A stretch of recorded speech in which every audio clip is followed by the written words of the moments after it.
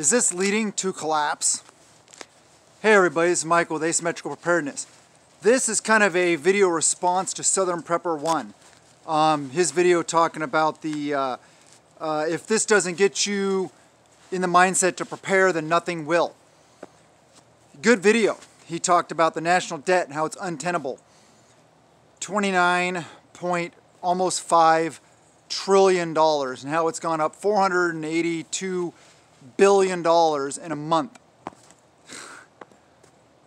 They just don't, I don't know if they just don't get it or, yeah, I think they're doing it on purpose. It's a good video by him talking about if that doesn't get you into preparedness, nothing will. Because it's unsustainable. We talk about sustainability all the time. Growing your own food, raising your own animals, being able to do your own things, take care of your stuff, and being debt-free. If you have debt, you're a slave to others. They control you. They got their thumb on you.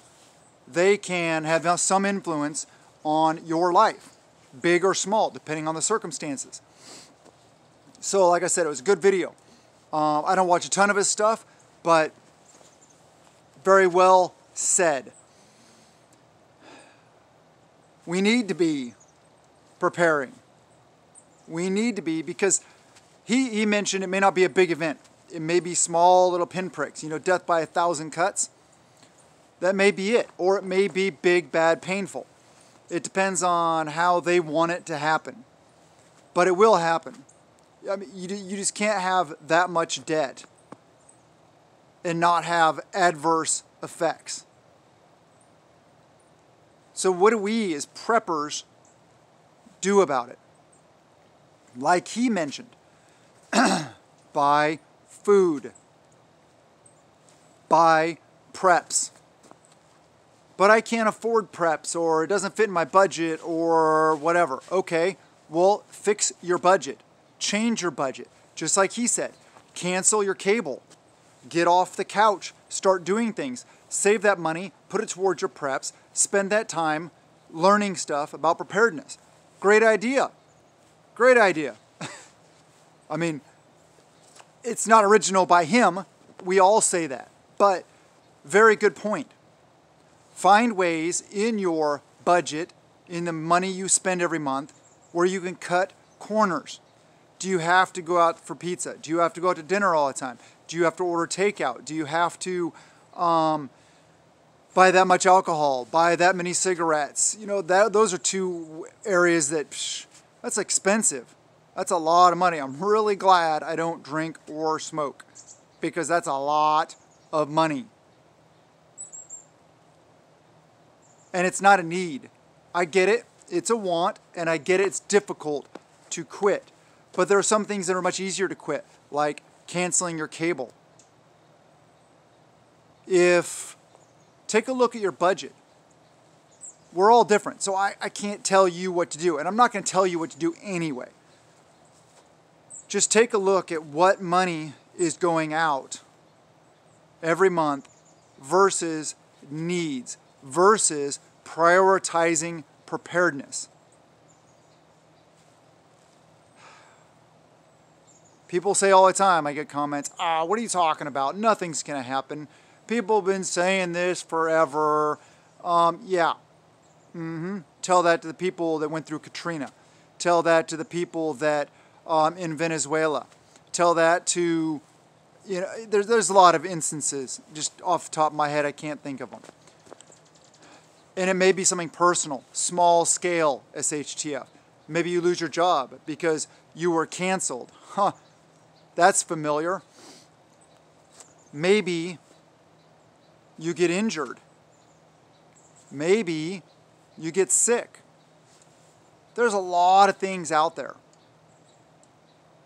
Life can change in a snap. I can't snap my fingers from wearing gloves. Life can change very quickly. So the more prepared we are, the better we can weather the storm. And if the cause and effect of all this debt is inflation, increased prices, stuff like that. If our credit rating gets lowered as a country, you pay more interest on the debt. right? Just like credit card. If your credit rating isn't good enough, you get a higher rate. You're paying more per month. That's another thing. Pay off your credit cards. Pay off your debts. Big time. Look for all these things that you can get rid of that aren't needs. We still need to enjoy life, of course. I get it. But now is the time to be a little more serious about it. At this rate, I mean, we'll be over $30 trillion debt in very short order. That's crazy. I remember I hadn't been keeping up with the debt. I heard Southern Prepper 1 say 29 trillion. I was like, what? Last I knew, seriously, because I already knew it was untenable to begin with. Last I knew we were at 19 trillion. Now we're at 29 trillion. And I thought it was crazy at 19. This is unsad. And these people, I guess they're trying to destroy our country on purpose. They're globalists. They don't want national pride. They don't want nationalism. They want globalism. They're pushing an agenda. The agenda is about control. It's about getting that, that thing, controlling you there, controlling you out of fear. Oh, if you don't get that, you're going to get sick and die. Our own president said,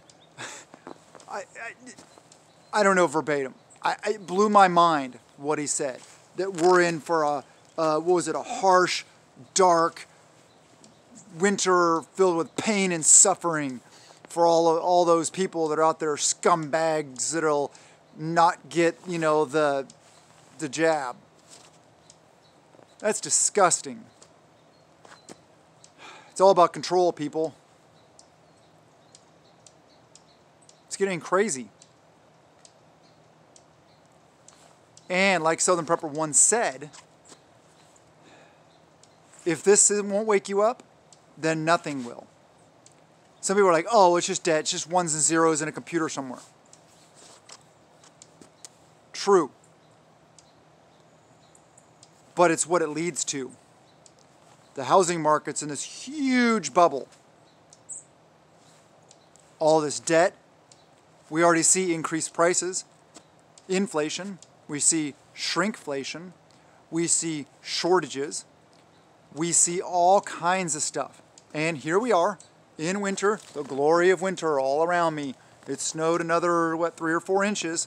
And it's like 30 degrees right now. So, side note, 30 degree snow is so much easier to make snowballs out of than 25 degree snow. 25 degree snow is all powder, and it was really difficult yesterday. Today it warmed up a little bit. It's like 30 degrees. And yeah, snowball fights, snowball forts, or snow forts, all the stuff. Yeah, good stuff. It's time to take it seriously, people. I can't believe that after what we've gone through over the last year, year and a half, 2 years, I can't see how people aren't awake. I can't see how people don't have the preparedness mindset. I guess maybe just some people don't hear this stuff. They're in their own little bubble of, texting, apps, games, TV, laptop, work on a screen, play on a screen, watch a screen, banking on a screen, ordering stuff on a screen. Oh my gosh, there's a new iPhone coming out. I gotta have that. People frustrate me. I hate screens. YouTube is about the only thing I do on a screen. I'm talking to the screen of a sideways Android, a cheapo Android, as you may be able to tell by my outstanding, video quality and editing. Now, I'm just rough. I am who I am. You get me how I am. So shout out to Southern Prepper 1. Good video. Really good video. He's a way bigger channel than me. He has like 189,000 subscribers, something like that. We just went over 24,000. Hey, I'm happy about that. I didn't know if I ever thought I'd have 24,000 subscribers. But thank you guys for being here. I really appreciate it. We're growing. We'll get there eventually. I'm not really that concerned about it. I'm more concerned about good content. I'm more concerned about empowering you guys and uplifting you guys. And it's not always, I don't do a ton of showing you, this is how you do this. I would like to do more of that, and I'm going to try to do some more of that stuff. My biggest thing, because your brain is the most powerful weapon you have, that's where I try to get to you. I try to empower you to use your brain, to think for yourself. I don't want to sit here and tell you what to do and how to do it. I want you to take the initiative. If you can't take the initiative, I can't do it for you. I'm not going to show up your place in SHTF and do all the work for you. I'm not going to go patrol for you. I'm not going to set security on your perimeter for you. You got to do it. You need to form your teams, your groups, your mags, your tribes. You have to stockpile food. You have to make prepping a priority.